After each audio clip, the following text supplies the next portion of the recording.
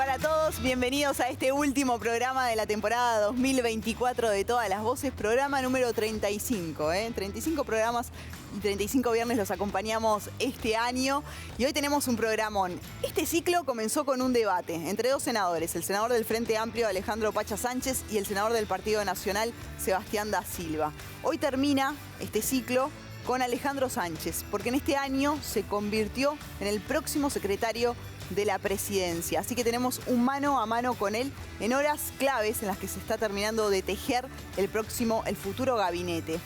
Se dicen muchas cosas de Sánchez, que es el que maneja los hilos políticos, que es el negociador, que es el que tiene va a tener un peso político fuerte. Vamos a hablar de todos los temas con él en este mano a mano. En realidad es una entrevista que ya grabamos este jueves, que está pronta, así que vamos a compartirla en un ratito nada más, vamos a ver un adelanto también. Pero también tenemos al panel. Hoy la pregunta cruzada es entre Raúl y Rodolfo. Se van a tirar munición gruesa en esta pregunta cruzada, vamos a probarlos de periodista. Me dijeron por la cucaracha que vinieron preparados. Raúl también trae una estrofa, una poesía para el final. Tenemos de todo, así que tenemos un gran programa. Pero vamos a darles las buenas noches al panel que está aquí en este último programa. Y comenzamos para hacer un cierre, ¿no? Un balance de año. Viste que en este momento estamos todos haciendo balances en distintos ámbitos. No les pido el personal, les pido el balance, el cierre de este 2024. Rodolfo, arranco contigo porque es tradición. Bueno, gracias. Fue un año difícil, ¿no? Lo económico, fue un año con una característica de política bastante singular. Se inauguraron algunos paradigmas. Uno de ellos es la indiferencia. Otro es el modo de comunicar errático en general de los políticos, cada vez con menos relación con los votantes, con los contribuyentes, con aquellos desdichados que tienen que pagar impuestos para sostener ese aparato que es el aparato político, los obligan a votar, pero los políticos tuvieron la decencia, por lo menos, de no atormentarlos demasiado con jingles ni con campañas, sino que fueron bastante acotados. Es decir, que el contribuyente, que es el que tiene que tolerar con sus impuestos toda esta parafernalia, no haya sufrido demasiado. El resultado electoral estaba dentro de las probabilidades de los que podían ganar o no ganar, era muy parecido. No es nada sorpresivo y Bien. Vamos a rezar para que las cosas no sean peor el año que viene. Tomás. A pesar de los problemas que tienen los uruguayos, para mí este año 2024, otra vez para el país, para Uruguay, fue un gran año. El año donde los uruguayos otra vez vivimos la fiesta de la democracia.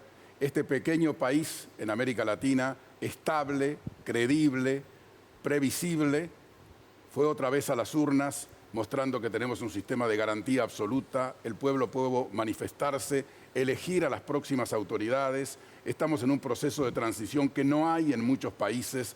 Yo, si tuviera que quedarme con una imagen de este año, me quedo con los dos presidentes en la cumbre del Mercosur. El presidente Lacalle Pou hablándole al oído al presidente electo Yamandu Orsi, una imagen que recorrió el mundo y que muestra que seguimos siendo un país diferente, serio, con grandes desafíos. En su momento aquella imagen de Tabaré y Lacalle también, Tabaré Vázquez y Lacalle Pou también había recorrido el mundo, ¿no? Absolutamente. Somos un país que somos un ejemplo en el mundo. No hay. Esto no pasa en Argentina, no pasa en Estados Unidos, no pasa en Brasil, no pasa. Raúl. Creo que en lo político fue un año muy positivo. Por lo que decía Tomás, creo que la democracia, nuevamente, la democracia política que tiene este país, brilló como muy pocas en el mundo, y estoy de acuerdo y me parece muy bueno. Creo además que el resultado, desde mi punto de vista, fue muy bueno para el pueblo uruguayo. Creo que se necesitaba un cambio y creo que la redistribución de la riqueza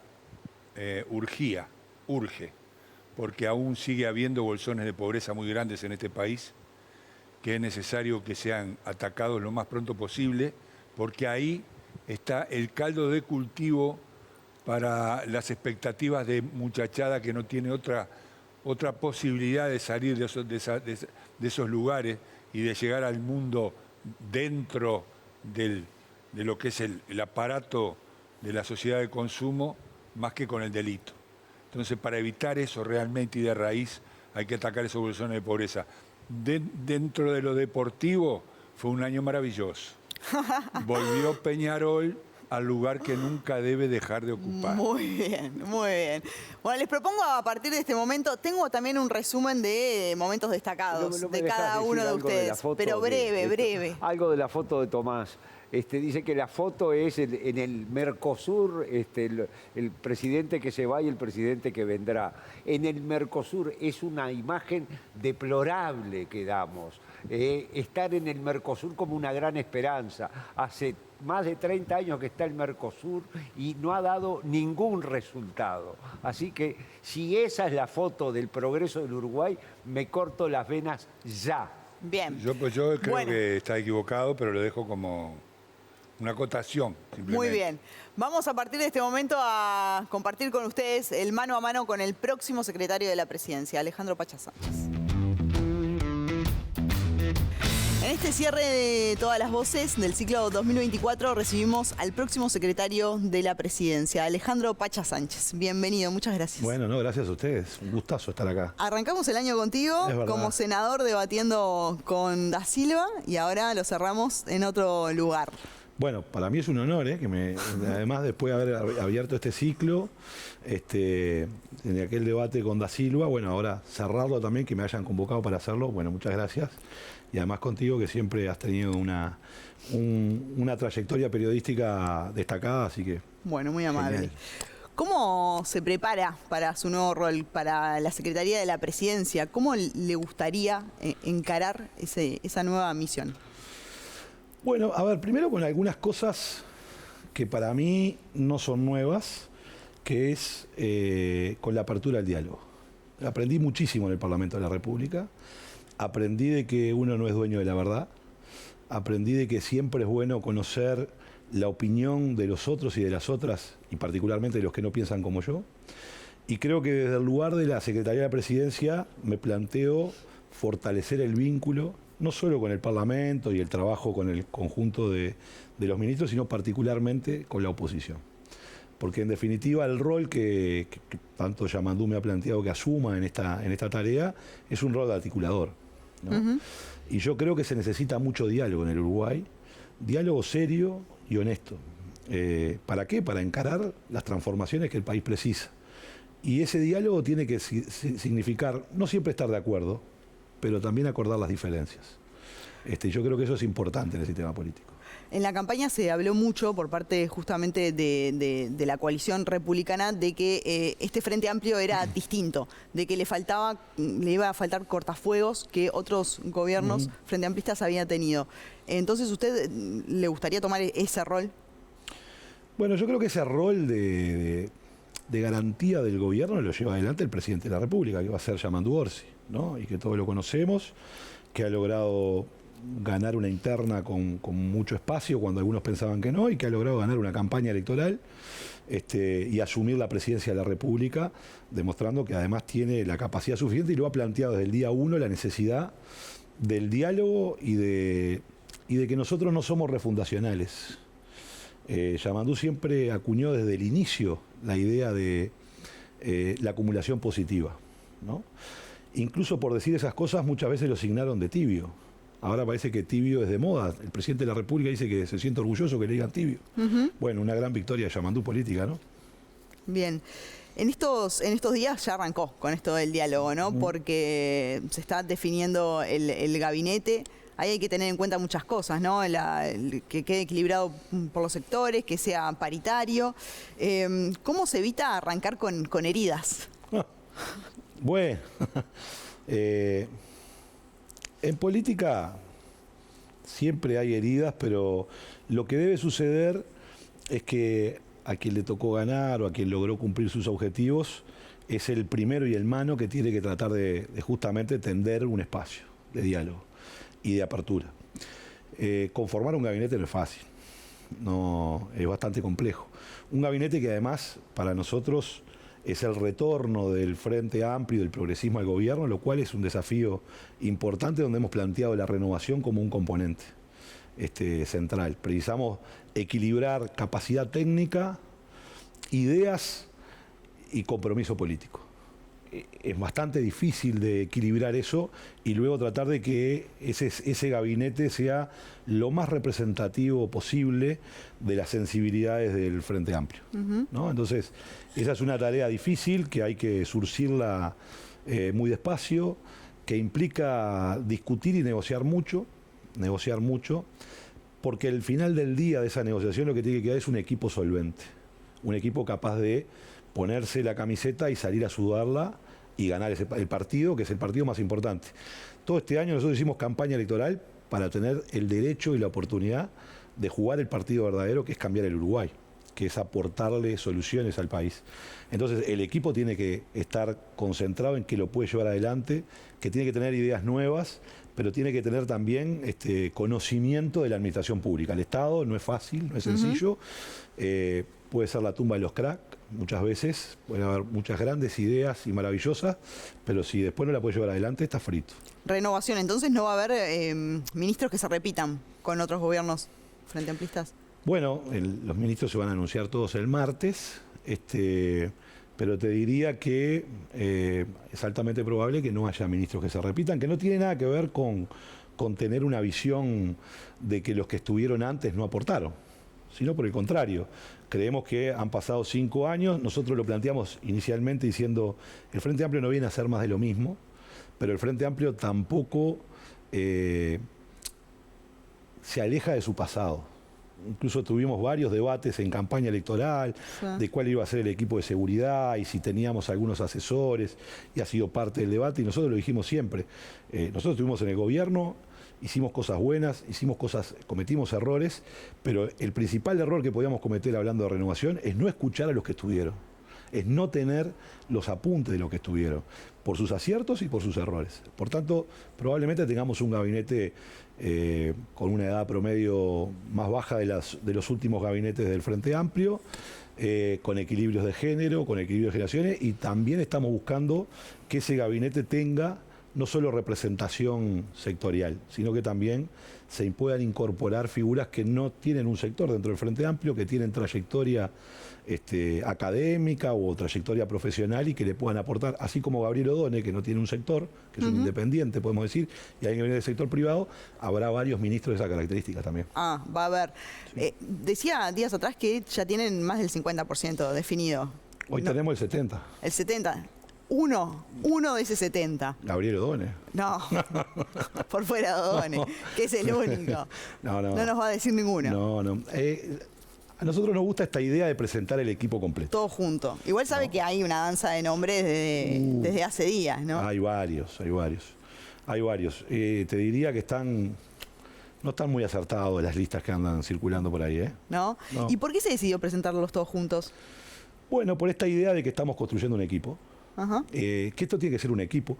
Una vez que alguien asume la responsabilidad de un ministerio, deja de ser representante de un sector. Obviamente, probablemente haya compañeros del Partido Comunista, va a haber compañeros del Partido Socialista que tienen su filiación, sus ideas, su sensibilidad, pero ahora el presidente de la República lo está convocando para estar en el Poder Ejecutivo. No son representantes de los sectores. Y por tanto, el esfuerzo de poder presentar el conjunto de nombres juntos y luego de tener el 1 y el 2 de cada ministerio, poder discutir con ellos cómo se va a conformar el resto del equipo de cada ministerio, donde no van a haber ministerios de un sector o de otro, sino que va a ser una representación amplia, justamente buscando, bueno, obviamente la confianza política, pero la capacidad técnica, ¿no? Bueno, justamente, ¿cómo se define ideológicamente el próximo gobierno del Frente Amplio? El Frente Amplista, con todo lo que ello significa. ¿Qué significa eso? Tiene una visión humanista. Somos de izquierda, creemos en la necesidad del desarrollo y creemos en la necesidad de no tolerar las desigualdades. Y es pragmático. ¿Por qué? Porque las ideas, las convicciones, los valores son importantes en política y en la vida, pero hay un principio ordenador, es la realidad.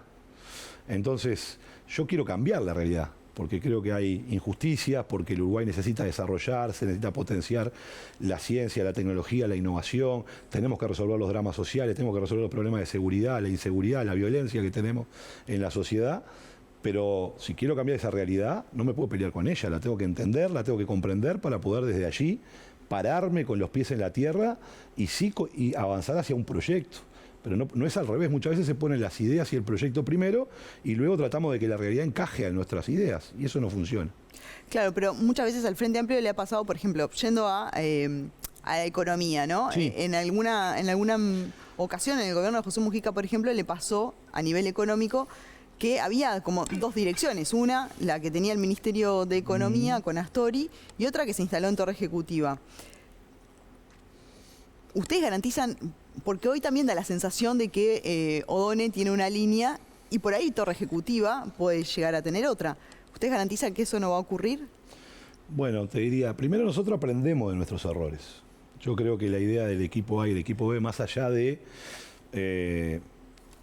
existieron esas contradicciones y luego también se construyó una fábula demasiado grande alrededor del equipo A y el equipo B, que no eran tal, porque estaban tan confrontados el equipo A y el equipo B, que yo después en el Parlamento votaba con el Frente Libre Seregni para darle gobernabilidad al gobierno de Tabaré Vázquez o al gobierno de Mujica, porque en definitiva pasó eso.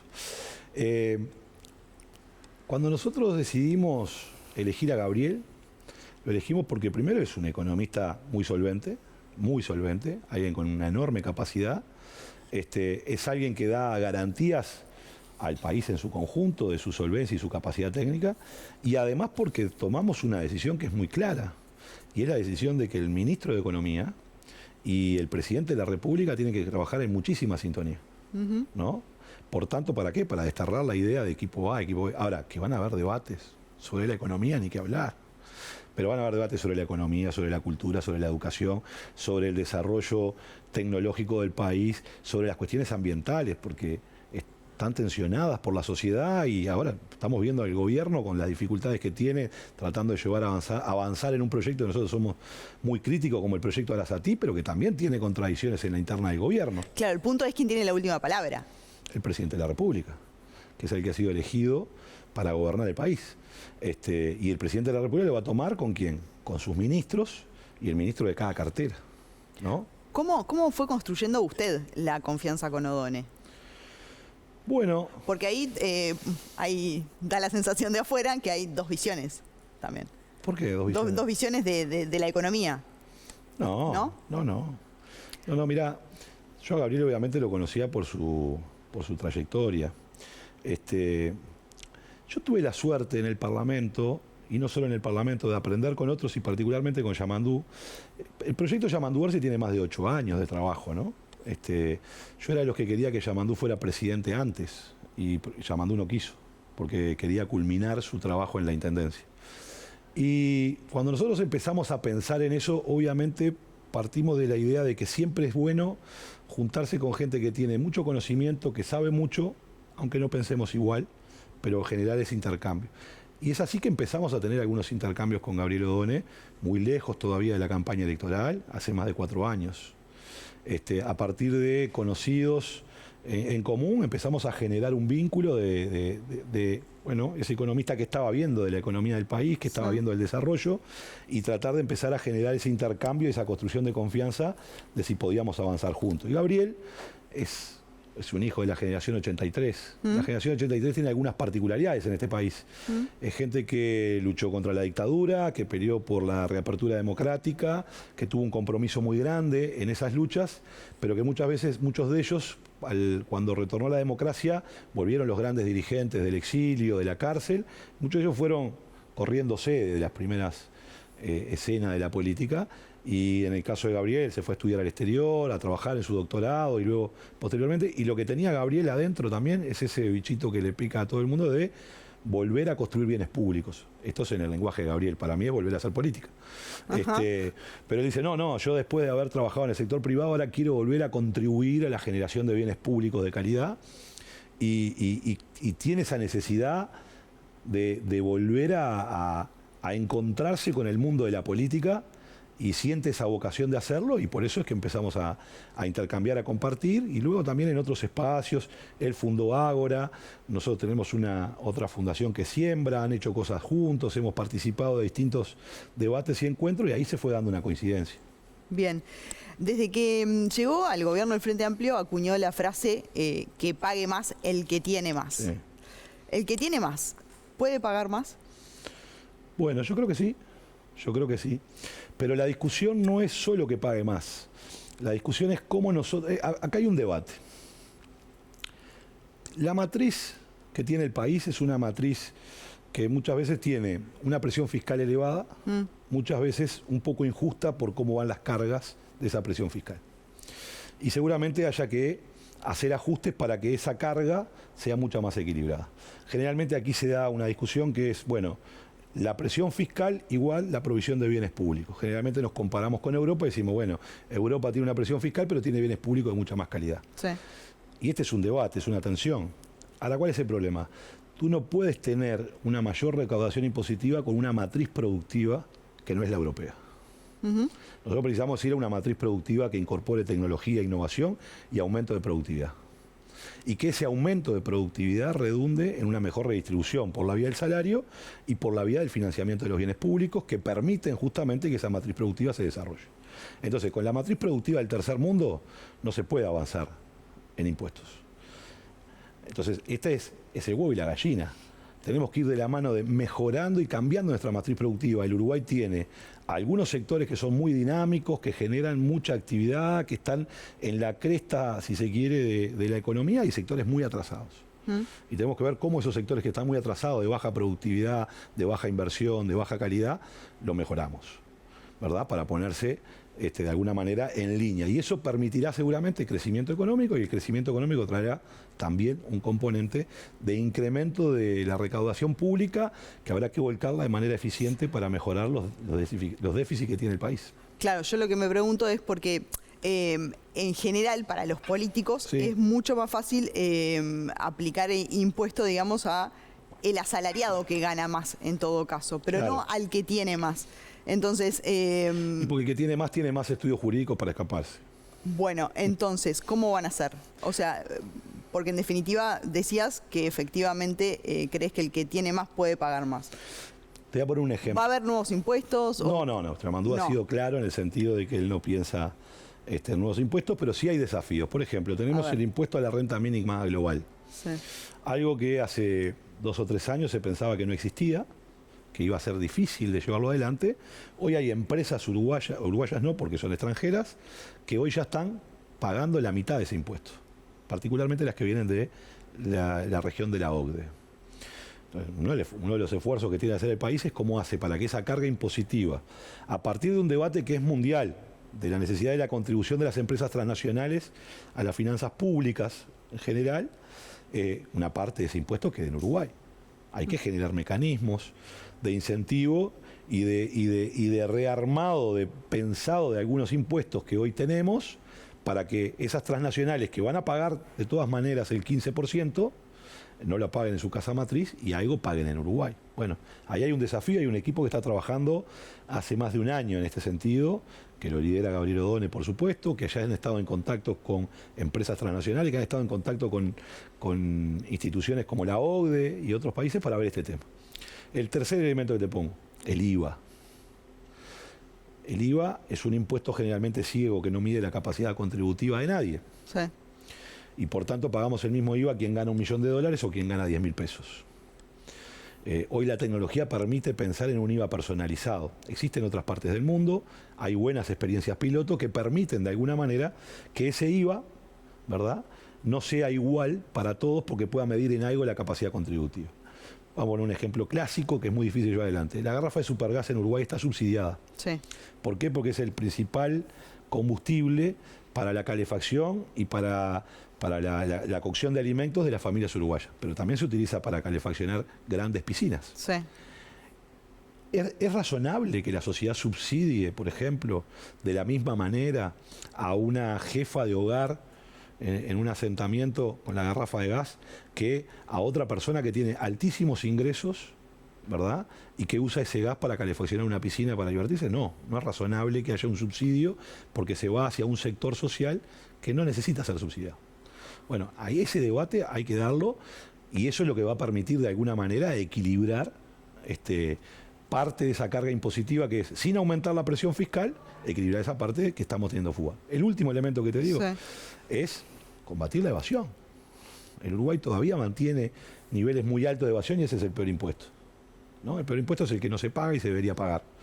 Bueno, ahí hay que avanzar muchísimo porque obviamente tenemos un marco impositivo que muchas veces no se contribuye a él porque se tienen mecanismos para evadirlo, y los que evaden los impuestos básicamente no son los más pobres, sino muchas veces son los que tienen más recursos económicos. ¿Y eso cómo se logra? Bueno, parte de eso hoy la tecnología nos lo permite hacerlo, ¿no? Si nosotros logramos avanzar en la facturación electrónica, si logramos avanzar en controles mucho más dinámicos de la DGI, si logramos avanzar en todo lo que fue las transacciones electrónicas, probablemente podamos tener un control mayor de esos impuestos que no se pagan y que son los más injustos. Bien. Ahora, el problema en esto, en política, es complicado, que es, nadie quiere pagar impuestos. Nadie. Si no, se llamarían contribuciones voluntarias, ¿no? Entonces, como son impuestos, son imposiciones, generalmente tienen muy mala prensa. Igual hay mucha gente que también lo que dice es justamente lo que arrancamos hablando, ¿no? Y es que pago impuestos, pero necesito recibir buenos servicios públicos. Porque Claro. si pago impuestos, si me tengo que ir a atender, pagar un seguro, una mutualista, pagar la educación de mis hijos, en definitiva es eso también, ¿no? Obvio, obvio. Por eso lo que digo es que esta es una discusión que tiene que ir. Hay tres temas que tienen que ir de la mano en este debate. La calidad de los bienes públicos, y ahí hay un desafío enorme de mejorar la eficiencia del Estado en la provisión de bienes públicos. Sí. La matriz productiva que tenemos, porque uno paga los impuestos conforme al nivel de actividad y de producción que tiene, y tenemos que mejorar la producción, la productividad, ¿verdad? Y por supuesto que el otro componente tiene que ver con la responsabilidad que tiene uno como ciudadano de contribuir con sus obligaciones. O sea, son tres componentes que no se puede discutir por separado. Porque cuando vos discutís por separado alguno de estos componentes, lo que termina pasando es que generás distorsiones equivocadas en la economía y termina generando más problemas que soluciones, y muchas veces podés aumentar la presión fiscal, podés tener recursos, podés destinar recursos a bienes públicos que no son eficientes, y eso termina saliendo muy mal. Entonces me queda claro que, por ejemplo, van a ir por estas tres vías en materia impositiva de la que planteaba, pero no me quedó claro entonces, el asalariado en definitiva, sin importar cuánto gana, ¿va a tener más impuestos o no? No, no va a tener más impuestos. No. Lo que nosotros tenemos que concentrarnos es en dos o tres cuestiones importantes. La primera es el aumento del salario. Tenemos salarios sumergidos en el Uruguay y ese es un gran desafío. Para mejorar esos salarios hay que mejorar la calificación de las personas y las oportunidades que se generan en los territorios, ¿no? Porque no es lo mismo tener un empleo en Rivera o en Artigas que en Montevideo. Lamentablemente es así. Entonces tenemos que mejorar las posibilidades de empleo de los uruguayos en todo el territorio. Mejorar las calificaciones de esos uruguayos, particularmente de mujeres jefas de hogar, que muchas veces lo que tienen es la enorme dificultad de resolver su sistema de cuidados para poder formarse y trabajar y insertarse en el mundo del trabajo. Ahí tenemos un gran desafío como país.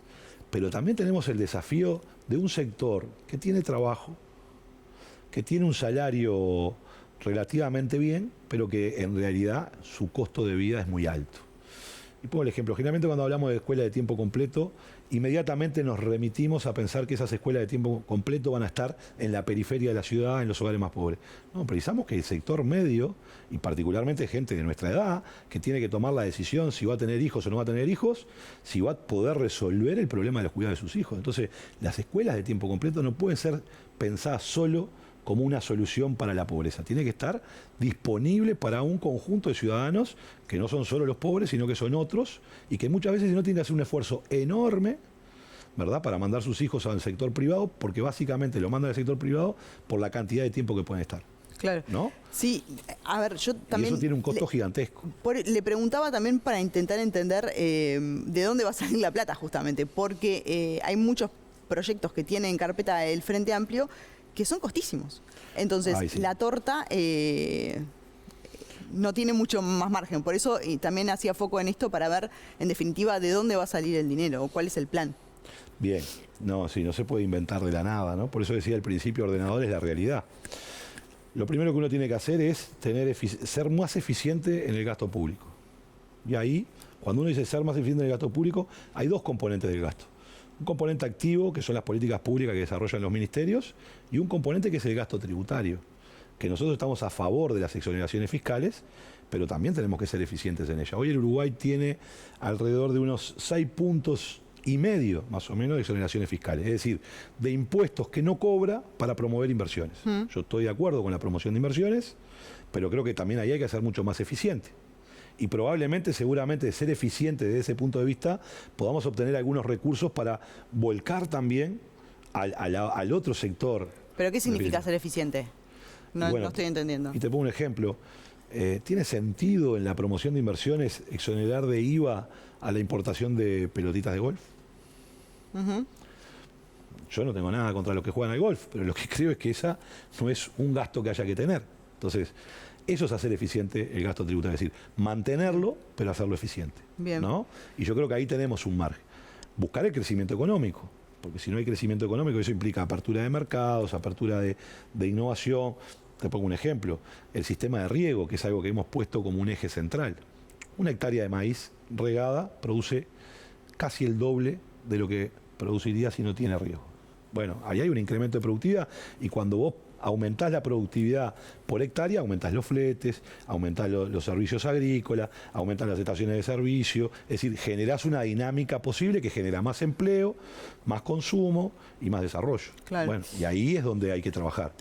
La seguridad sigue siendo la principal preocupación de los uruguayos. Sí. Sigue teniendo problemas que llevan décadas a esta altura aquí en el país. ¿El manejo de la seguridad en este gobierno va a estar concentrado en presidencia? No. No, sería un error manejar la seguridad desde la presidencia. La seguridad es un tema muy importante que tiene que ser llevado adelante por los profesionales de esa actividad, que es la policía, que es la que debe trabajar en la prevención y en la represión del delito. Luego hay otros componentes que están asociados a una mirada más integral, ya no solo de la seguridad, sino también de los efectos que genera los problemas de seguridad pública, que es la violencia, ¿verdad? Y ahí se incorporan otras agencias a trabajar también, ¿no? Se lo preguntaba porque en estos días Jorge Díaz, quien va a ser el prosecretario de la presidencia, decía que en una nota con el semanario Búsqueda que la presidencia debe concentrar los esfuerzos para combatir la inseguridad. Claro, lo que dice Jorge es que es una prioridad para la presidencia de la República, ni que hablar porque es una prioridad número 1. Pero quien va a llevar adelante la política de seguridad va a ser el Ministerio del Interior y el equipo del Ministerio del Interior, ¿no? ¿Quién va a llevar adelante? No se va a coordinar desde presidencia, entonces. No, obviamente algunos componentes de la seguridad sí, porque en presidencia está la CENACLAF, por ejemplo, y uno de los componentes asociados al combate al crimen organizado tiene que ver con el lavado de activos, naturalmente. Entonces, está la Secretaría de Inteligencia Estratégica del Estado, que tiene mucho que pensar y decir, porque cuando uno mira la lógica del crimen organizado en la región, bueno, ahí tiene un diario del lunes que puede mirar. Porque en Uruguay las cosas llegan más tarde, pero llegan tarde o temprano. Entonces, cuando uno mira qué pasó en Guayaquil, qué es lo que ha sucedido en Rosario, eso es parte de un espejo donde tenemos que mirar qué nos puede pasar a nosotros. Y eso tiene que ver con el trabajo de inteligencia, con el trabajo de prospectiva. Entonces, obviamente que la presidencia de la República tiene mucho que hacer y obviamente que dentro de la cabeza del futuro presidente de la República, Yamandu Orsi, está un eje central la seguridad. Pero la seguridad se va a ejecutar desde los ministerios porque eso es como funciona, así funciona el Estado. Cada ministerio tiene la responsabilidad de llevar adelante una política. La presidencia es un espacio de coordinación para generar políticas transversales que le necesita y muchísimo el Estado. Esto de que viene uno y te atiende uno del MIDES hoy, mañana viene uno del INAO, sí. O viene OCE hoy, te rompe la vereda, mañana vuelve UTE. Hay que tratar de dar una pelea grande por la transversalidad y en política de seguridad lo mismo, ¿verdad? El tercer componente, nosotros queremos una política de seguridad lo más acordada posible. Lo dijimos en campaña electoral y lo queremos llevar adelante. ¿Qué significa eso? Que vamos a convocar a un diálogo y vamos a convocar a un acuerdo multipartidario, pero no nos queremos quedar en el acuerdo solo multipartidario. Pasa que la seguridad es un tema que genera diferencias ideológicas, sí, y también es un botín electoral. Por supuesto. Por eso el sistema político hasta ahora no ha logrado acuerdos en esa área. Exactamente. ¿Cómo se negocia? Pero yo me entonces? tengo fe. A ver. Me tengo fe porque creo que la seguridad es el principal problema que tienen los uruguayos. Es lo que hoy está preocupando enormemente a cualquier madre, padre, familia, abuela. ¿Qué es lo que pasa con nuestros seres queridos? ¿Qué nos puede pasar en la vía pública o en nuestra propiedad o en nuestra casa? Y lo que no puede pasar en un mundo donde el malestar con la democracia está creciendo, es que la gente sienta que los políticos y el sistema político uruguayo se sienta a tirarse piedras con este tema, con el principal drama de la sociedad uruguaya.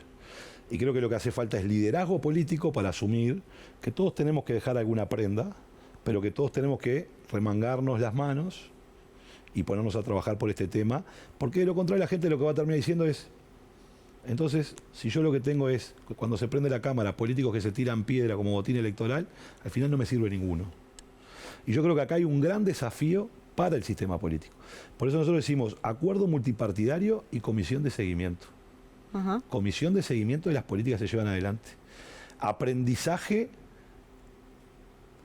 de los procesos tanto del Frente Amplio como de este gobierno. El gobierno intentó un acuerdo con el Frente Amplio, que era la oposición, casi al final del gobierno.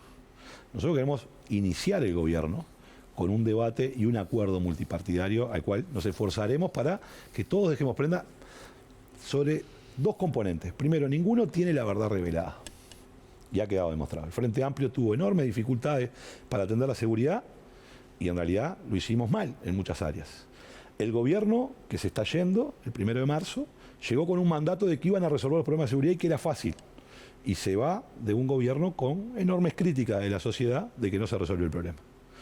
Por tanto, lo que tenemos que hacer es asumir el liderazgo político suficiente para decir, ninguno es dueño de la verdad, pongámonos a trabajar, aprendamos de lo que pasa en la región, escuchemos mucho más a la academia, escuchemos mucho más a los profesionales, no politicemos tanto los temas de seguridad, pongamos justamente a resguardo la política de seguridad para que pueda evaluarse, para que muestre resultados y para que aquellas políticas que no dan resultados se tengan que cambiar y se cambien, ¿no? Me parece que eso es un gran esfuerzo que yo creo que hoy la sociedad uruguaya lo demanda y sería un grave error de parte del sistema político no escuchar a la sociedad que nos está diciendo pónganse de acuerdo en este tema porque estamos todos muy preocupados. ¿Cuál va a ser la postura con las agencias internacionales? Porque en su momento también se cuestionó, cuando llegó este gobierno, me acuerdo, al Frente Amplio, porque en su momento se había ido la DEA, había tenido un mal relacionamiento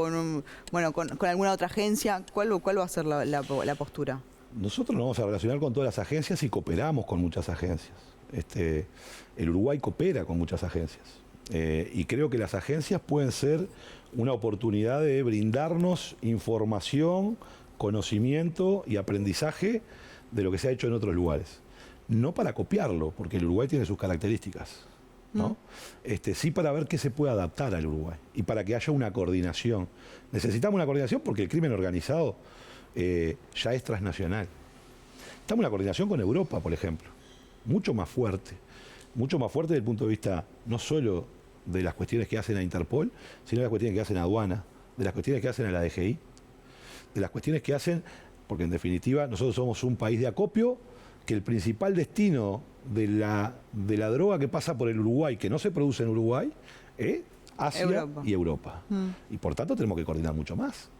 Y tenemos que trabajar mucho más coordinado con Europol, por ejemplo. Y trabajar incorporando más tecnología, más innovación, porque además el crimen organizado, a diferencia de los estados muchas veces, es mucho más flexible. Primero porque tiene mucho más dinero y segundo porque tiene mucha más capacidad de innovación que los estados. Vos ponés la luz aquí y seguramente no va a haber crimen aquí, pero va a encontrar las sombras en otro lado.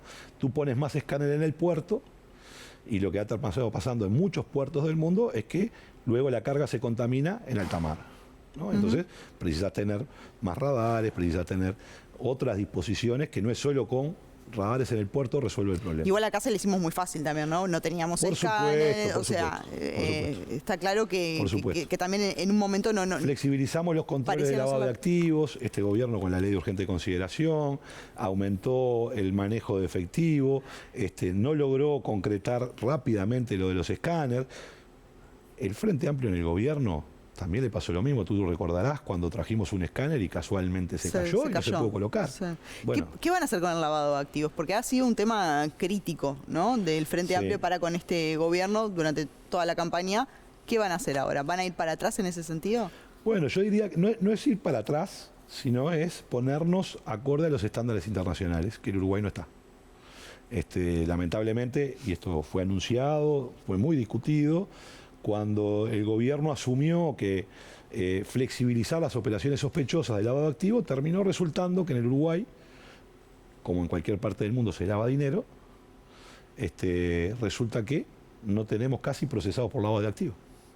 Por tanto, lo que tenemos que hacer es ajustarnos a los estándares internacionales y mejorar también alguna legislación tendiente a cómo nosotros trabajamos, por ejemplo, en el desmantelamiento de toda la ingeniería y la logística legal que le da sustento a la actividad criminal. Pero ahí hay un punto que es central y se ha dicho mucho. Uruguay tiene una gran ley de lavado de activos, sí. O sea, tiene mucha legislación. El punto es que no se aplica, el punto es que no se controla, Bueno. El punto es que no están las herramientas para justamente que la CENACLAF, por ejemplo, pueda revisar.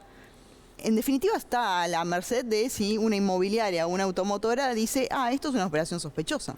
Está bien. Porque nadie lo controla. Claro, pero lo que pasa es que el gobierno, una de las cosas que hizo es algunos sujetos que estaban obligados a informar, los liberó.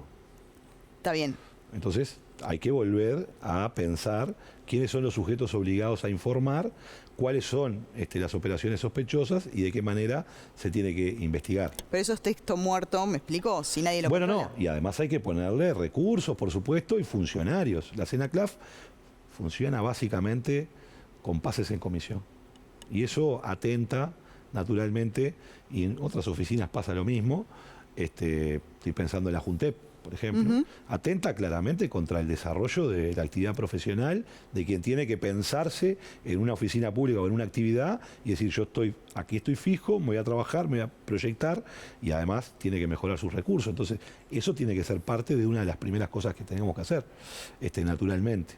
Después hay otras que tienen que ver con cómo mejoramos la información entre la Secretaría de Inteligencia Estratégica del Estado, la DGI y aduanas. ¿No? Cómo mejoramos el funcionamiento. Nosotros hemos planteado la necesidad de tener un espacio de coordinador en esas agencias junto con el Banco Central que te permita tener una mayor capacidad operativa, ¿verdad? Y tener una mirada mucho más estratégica sobre los complejos dispositivos de lavado que no son fáciles, son muy complejos de descubrir. Bueno, ahí hay que trabajar en ese sentido. Hablábamos del tema de lavado, pero ¿qué ya está definido que se va a modificar de la ley de urgente consideración? Bueno, nosotros no tenemos definido hoy qué es lo que vamos a modificar. Sí tenemos una propuesta que tiene que ver con cuestiones programáticas, que obviamente que no está centrada en qué voy a modificar de la ley de urgente consideración. No pensamos de esa manera nosotros. Pero hicieron campaña en su momento contra algunos artículos, por eso nosotros le pregunto. Estuvimos en contra. También es cierto que la ciudadanía laudó muchos de ellos. Eso no quiere decir que estén escritos en piedra. Nada está escrito en piedra. Ni una ley votada por mayoría absoluta o por unanimidad, ni algo que se haya sometido a la ciudadanía. Tanto es así que el actual gobierno de coalición ya modificó artículos que fueron objeto del plebiscito. Por ejemplo, el tema del narcomenudeo, que lo que terminó haciendo es inundando la cárcel de mujeres. Si bien no lo mejoró del todo, pero ese era un artículo que nosotros pretendíamos derogar, que al final no salió la derogación y este gobierno lo modificó porque estaba haciendo daño, estaba muy mal. Entonces, nada está grabado en piedra. Ahora, nosotros no tenemos la intención de decir, como hubo una ley de urgente consideración, ahora voy a meter yo una ley de urgente consideración que le cambie lo que hizo el otro. No. Ahora, lo que nosotros hemos decidido con mucha claridad, hemos dicho, en lavado de activos tenemos que avanzar. Tenemos que avanzar en la participación docente. Que seguramente no signifique volver a los consejos que teníamos antes, pero sí a tener una idea quizá hasta más moderna de cómo deben participar los docentes en el proceso educativo desde el punto de vista técnico, ¿no? Que no es del punto de vista político de las definiciones. Para eso hay un gobierno que se elige para tomar definiciones de política educativa. Ahora, no podés hacer política educativa sin escuchar a los que hacen educación todos los días. Está bien, igual al sistema político le gusta mucho discutir del gobierno de la educación y poco de lo que pasa dentro del aula. Por supuesto. Te diría más, por eso Yamandú ha planteado, no vengo con la gran reforma bajo el brazo, sino que vengo con la revolución de las cosas simples, que hay cosas que tienen que suceder. Es peor, te diría. En el Uruguay, generalmente en educación se discute de ladrillos y de salario. ¿Sí? Que son importantes ambos dos. Pero ¿qué hacemos en el medio? Los adultos, no los jóvenes.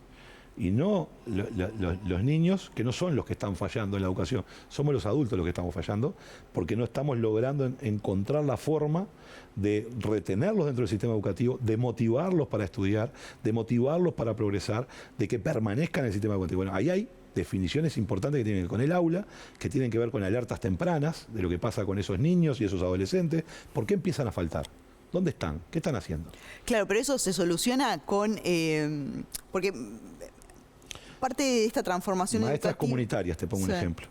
Lamentablemente este gobierno, si bien no eliminó el programa, pero en realidad lo desfinanció básicamente. Y muchas veces cuando vos te juntás con una maestra, te dice, mirá, fulanito de tal no está viniendo a la escuela. ¿Y por qué no viene? ¿Y por qué no tiene campeones? ¿Y eso quién lo descubre? Una maestra comunitaria que anda recorriendo el barrio, que va y visita a las familias, que conoce a la familia, que sabe lo que está pasando. Te pongo un ejemplo, como puede ser, hay una situación de violencia. Ujú.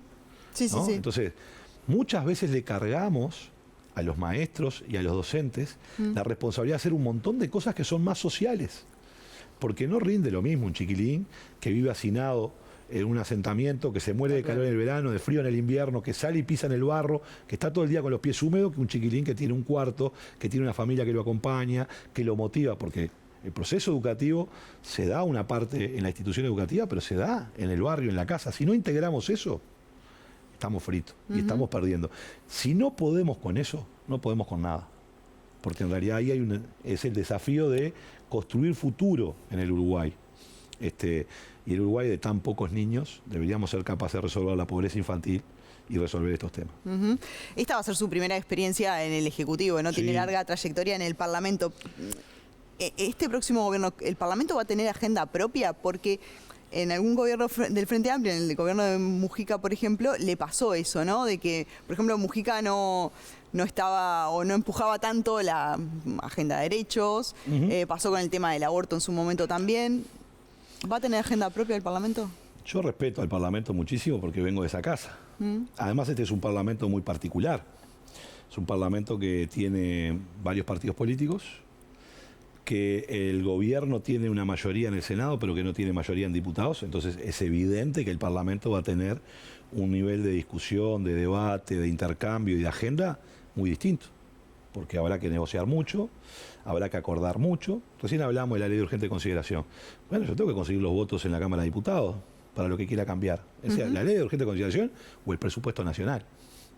Entonces, eso va a obligar a tener una atención muy grande en el Parlamento de la República. Creo que le puede hacer muy bien al Uruguay. Creo que el mandato de la sociedad fue hay que discutir más, hay que conversar más y hay que acordar más. Nosotros tenemos una mayoría en el Senado que es un respaldo importante para cualquier gobierno, no porque la Cámara de Senadores sea más importante que la de diputados, pero lo cierto es que en el Senado se votan las venias de las empresas públicas, de los embajadores y de los militares, y además tener una mayoría en una Cámara te permite tener desde esa mayoría una negociación. Claro.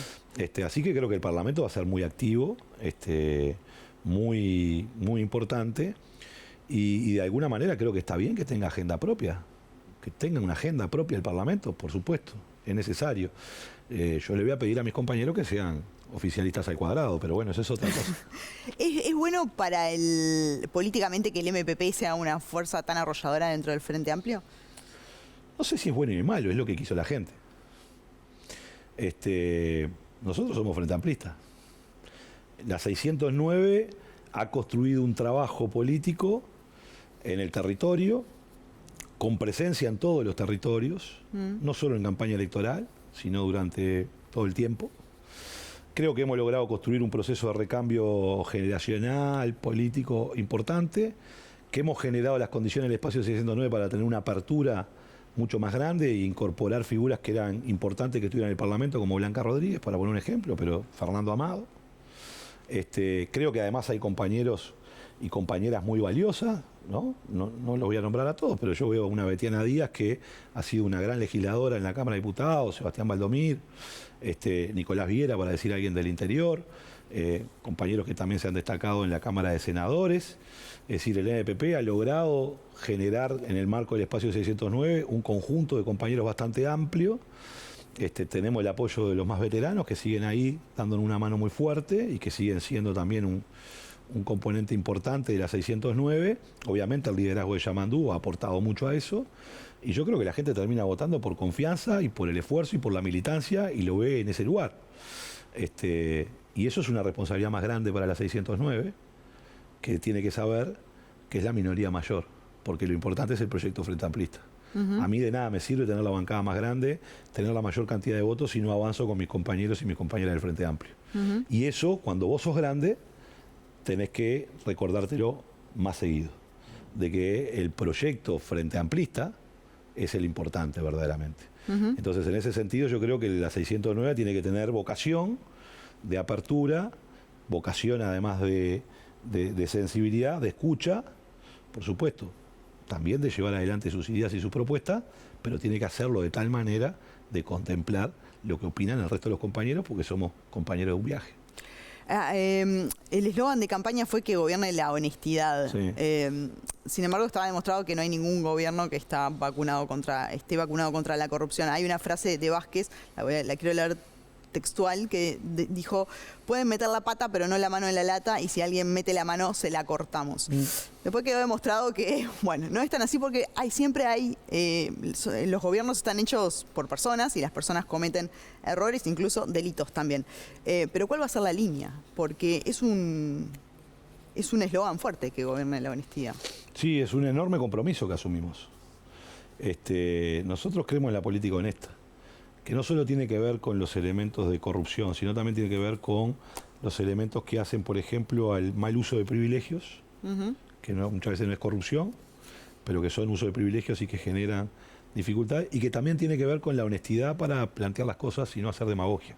O sea, el concepto de la honestidad para nosotros es un concepto que abarca varios aspectos, no solo lo que tiene que ver con los aspectos de la ética pública, es decir, la corrupción, sino que tiene que ver con estos otros componentes que te decía recién, que también tienen que ver con decir la verdad. Claro, pero al frente muchas veces le ha costado. Nos ha costado muchísimo. Les ha costado reconocer los errores. Sí. Recuerdo en algún momento decirnos a los periodistas que socavábamos la democracia con episodios que terminaron justamente con delitos. Entonces, ¿cómo se paran para estos próximos 5 años con este tema, después de este eslogan tan fuerte? Bueno, llevándolo adelante. Y por supuesto que nadie está librado. No hay un criterio ni hay una fórmula que diga todos estos que están acá van a ser honestos y no van a mandarse macanas. El problema es cómo uno reacciona frente a las macanas. Y lo que tiene que reaccionar es con la claridad y con la contundencia. El que se equivoca, se equivoca. Aquí hay un proyecto que trasciende a las personas, porque ese es el proyecto de hacer un país mejor, el Uruguay, y un proyecto político, y por tanto lo importante es el proyecto y no las personas, ninguno de nosotros. Somos un accidente. Tenemos que asumirnos como un accidente. Y todos somos fusibles, porque todos podemos cometer un error, o peor, si alguien mete la mano en la lata, y tenemos que asumir de que cuando una manzana se pudre, hay que sacarla rápida del cajón, porque si no pudre el resto. Lo van a sacar. Por supuesto. Álvaro Delgado siempre dijo que ya sabía dónde estaba la llave general de la torre ejecutiva. Usted es lo primero que va a aprender, me imagino, a saber dónde está esa llave general. ¿Le va a servir eso para 2029? Queda tan lejos. Queda demasiado lejos el 29. Muy lejos. Bueno, pero va a aprender dónde está la general, ¿no? Sí, bueno, es lo primero que pedí 2 cosas. Dije, bueno, ¿dónde está la llave general? La primera reunión que hice, dije, ¿dónde está la llave general acá? No puede ser que, yo te diría esto, entiendo la pregunta, pero veo que en el Uruguay todavía no asumió el gobierno, ya se está discutiendo el 29, en todos lados y en todas las tiendas, ¿no? ¿Usted se casó? ¿Se casó? No. No le preguntan, cuando usted se casa le preguntan cuándo nace el primer hijo. Es verdad. Y cuando nace el primero, cuándo nace el segundo. Así que por eso... Bueno, pero yo no me casé y tengo 2 hijas. Por eso está bueno saber, ¿viste? Si va a buscar la general. Mi único esfuerzo hoy es que hagamos un buen gobierno y cumplamos con la gente. Esa es mi tarea.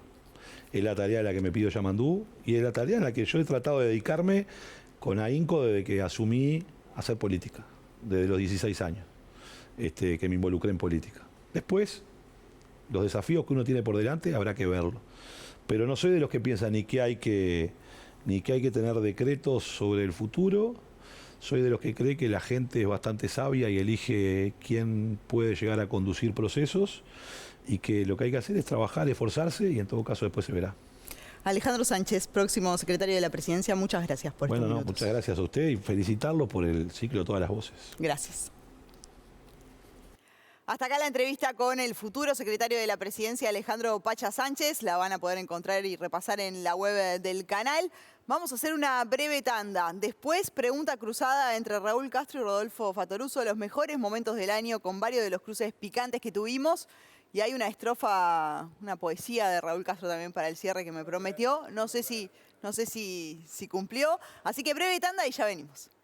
Controls, más de 50 años de experiencia en control de plagas y hogares, comercios e industrias. Garantizamos la seguridad de su familia y empresa. Los límites los ponemos nosotros.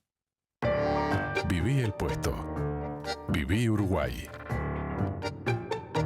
Gastronomía, estilo y tradición en uno de los lugares más lindos de Carrasco.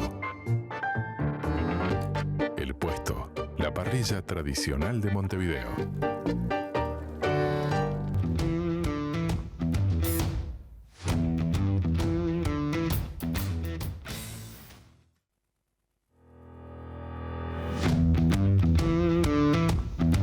Cuando estás enfermo y te dicen, estás en buenas manos, ¿en quién pensás? Acompaña. Enfermeros que te cuidan. Llámanos ahora 0800-8939. Infoland, para los notebook Lenovo ThinkPad de uso empresarial y corporativo. Infoland, 35 años brindando el servicio pre- y postventa que tu empresa reconoce y valora. Infoland.com.uy. Tramo final de este último programa de Todas las Voces y los invito a ver los momentos destacados, ¿les parece? Bueno. Tienen algunos que son una joyita. Vamos a repasar lo mejor de este 2024.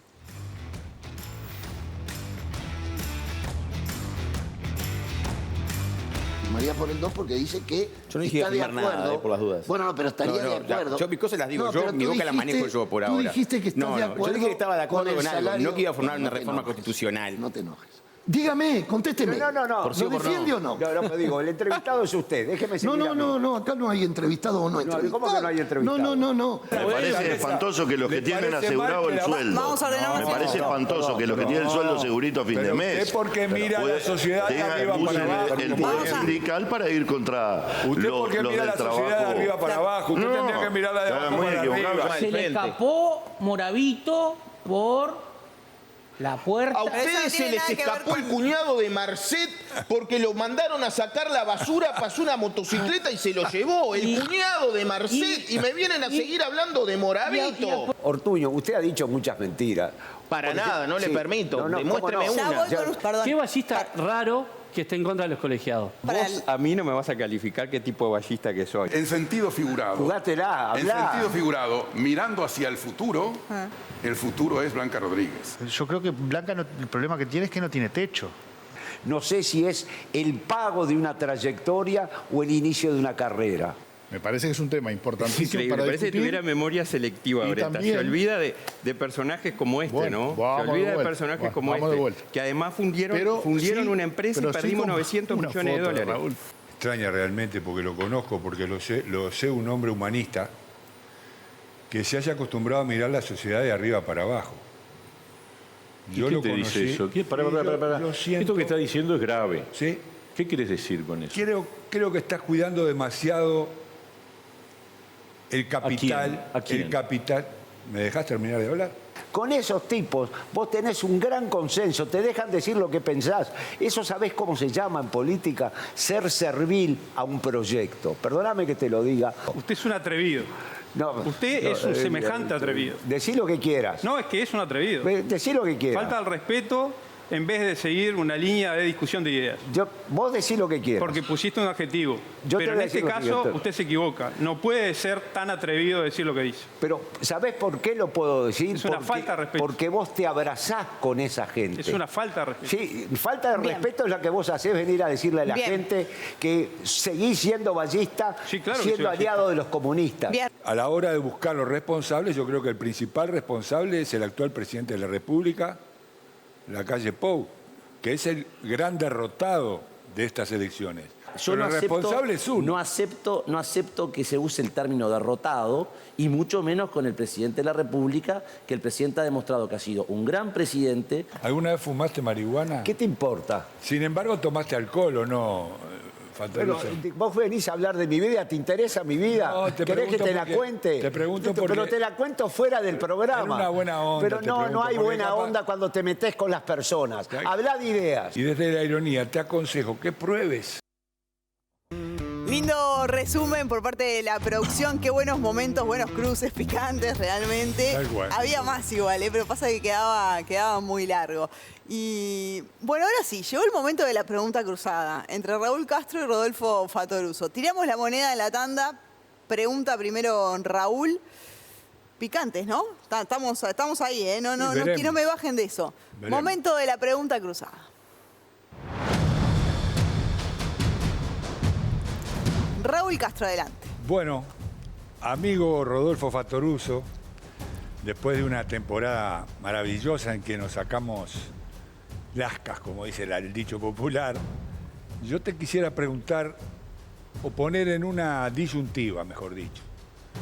Tenés que elegir entre dos opciones que te voy a dar. La primera es la llegada al poder de un partido bien antiestatista, conservador, de derecha, contrario totalmente a la Agenda 2030, la llegada al poder lo más pronto posible de un partido de ese tipo, o que Peñarol salga campeón del mundo por cuarta vez. Tenés que elegir. ¿Me toca? Sí, adelante. Bueno... y explicarlo, ¿no? No, lo tengo que fundamentar. Ahí está. Mirá, para que Peñarol salga campeón por cuarta vez, lo cual es una alegría, tiene que haber una sociedad emergente que produzca el entusiasmo, la capacidad, el sentido de la libertad, que implica una sociedad en donde el Estado no está controlando a las personas de una manera obsesiva, donde no está encimado sobre las personas. El fútbol, como el arte, como la educación, como la cultura en general, como toda manifestación humana, es algo que se funda en la libertad, en la creatividad. Mal podemos esperar en una sociedad regimentada, rudamente estatista, la posibilidad de una mayor libertad. De modo tal que la causa de la libertad es menos Estado y más libertad. Esa es la causa. Y desde ahí todos los bienes emanan. Entre ellos, uno de los más gratos que es que Peñarol salga campeón. Pero no me contestaste. ¿Cuál elegís? Ya te lo dije, la sociedad liberal. Entonces no sos tan mancha como yo pensaba. Eso es lo que yo te quería decir. Está bien. Sos libre de elegir eso. Me queda algún minuto, Muy bien, ya está. 4 segundos, ya te usaste todo el tiempo. Sacaste las monedas que me quedaban. Y bueno, ya está. Ahora es tu el VAR, hay que ver el VAR. Ahora es tu turno de preguntar, Rodolfo. Raúl. Sí, decime. Yo tengo mucha afinidad contigo por el tema de Peñarol, aunque hay grados según vos. Pero no tengo afinidad contigo con este tema, con el tema de la libertad, justamente. Yo veo que vos acompañás con mucho fervor al Frente Amplio y veo también que el Frente Amplio, en alguna de sus fuerzas mayoritarias, acompaña y sigue adheriendo a la pérdida de libertad que significa el régimen cubano, a la pérdida de libertad que significa, y a la humillante pérdida de libertad y de prosperidad que significa el régimen de Nicaragua, el régimen de Venezuela. Tus camaradas del Frente Amplio, dirigentes del Partido Comunista, dirigentes del Movimiento de Liberación Nacional, consienten esos modelos como algo bueno. Como alguien que es de Peñarol y que según él ama la libertad, puede estar asociado con ese oprobio, con ese horror. Explícame por qué haces una síntesis entre la opresión comunista y tu sentido de la libertad. ¿Cómo haces para que sea posible? Muy interesante la pregunta y además te la agradezco, Rodolfo, porque es muy importante que la gente sepa que la ideología que representa el Frente Amplismo, que es mucho más que las ideologías que lo componen, de lo que se trata justamente es de hacer que en paz todos aquellos partidos que lo integran logren una síntesis igualitaria, una síntesis que dignifique al ser humano, una síntesis que permita, en la más absoluta y total democracia, a la prueba está que los muertos, los desaparecidos, los torturados, los exiliados, los puso en su enorme mayoría durante la dictadura militar en este país, nada más ni nada menos que el Frente Amplio. Por eso es que amamos tanto la libertad. Tanta libertad amamos que somos capaces de ser tan amplios que nos animamos a decir que si tenemos una performance como yo le auguro al nuevo gobierno que va a tener, hasta el propio Rodolfo Fattoruso va a terminar votando al Frente Amplio.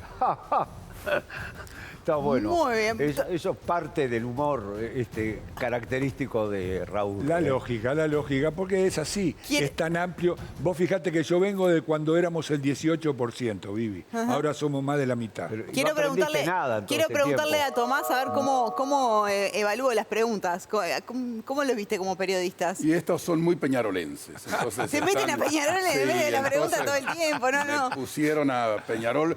Lo que pasa es que Peñarol es lo más grande que hay. Ese es el gran tema que tenemos en Uruguay, ¿no? Y somos nosotros los culpables. Estamos en los minutos finales, así que cada uno tiene sus minutitos para poder hacer el cierre de esta temporada, que ya les digo, fue un placer poder acompañarlos y tenerlos acá. Si me permitís. Sí, breve. Breve, no, quiero agradecer a Canal 4 no por contar conmigo, sino por tener este espacio. Me parece que el esfuerzo por la libertad de pensamiento es fundamental, enriquece la convivencia, mejora la relación de las personas con la realidad y favorece el interés por los temas que nos incumben a todos. Así que el hecho de que existan estos programas con esta libertad que hemos tenido aquí, ese es el gran balance positivo que para mí hay. No, sin ninguna duda, si el nombre del programa, ¿no? Todas las voces, si estuvieron en estos 35 programas, todas las voces del Uruguay, empresarios, sindicalistas, políticos, los representantes de la sociedad uruguaya, así que la producción del canal ha sido excelente. Quiero felicitar a todos los compañeros de la producción, ni que hablar de la querida Viviana Ruggiero, que ha sido una conductora que ha llevado este programa de una manera profesional y periodística como debe ser. Así que gracias a todos, al equipo técnico, a cada uno de los cameramans, a los microfonistas, a todos los que estuvieron, porque esto no sale si no hay este equipo detrás. Así que el equipo es fundamental en esto, en la vida y en el próximo gobierno. Totalmente. Raúl. Termina otra temporada de un ciclo que dio que hablar, porque permitió escuchar todas las voces buscadas. La realidad aumentada alimentó discusiones, se entrecruzaron pasiones, cada uno en su trinchera, para adentro y para afuera, expusimos 1000 razones. Profundo agradecimiento al canal que nos dio vista, a Vivi, la periodista que condujo con talento, los panelistas, mis amigos, encuentros de distintas opiniones, los invitados, campeones del diálogo con respeto y detrás de cámaras, compañeras, compañeros que meten como leones.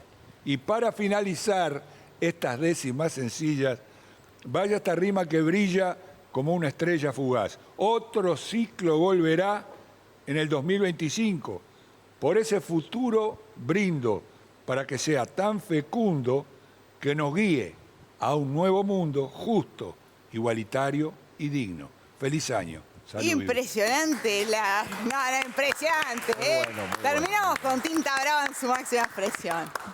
Muchísimas gracias a los tres. Yo quiero ahora tomarme unos minutos finales para agradecer justamente a ustedes por sumarse al proyecto, a la empresa, a Canal 4 por tener un programa de debate político conducido por una mujer de menos de 40 años en un año electoral. Creo que eso no es tan frecuente en la televisión y realmente lo quiero agradecer. También a todos los que están y hacen posible todas las voces, al equipo de producción, a todos los que están acá en el piso, a los cámaras, a maquillaje, a vestuario. Hay mucha gente, como decía Tomás, que trabaja para que un programa salga al aire. Somos todos parte de este barco, así que muchísimas gracias a todos. Y sobre todo también a todos ustedes que nos acompañaron todos los viernes, que estuvieron ahí por debate, por periodismo, que defienden eso. Sin ustedes no hay producto, así que gracias por estar del otro lado. Muchísimas gracias.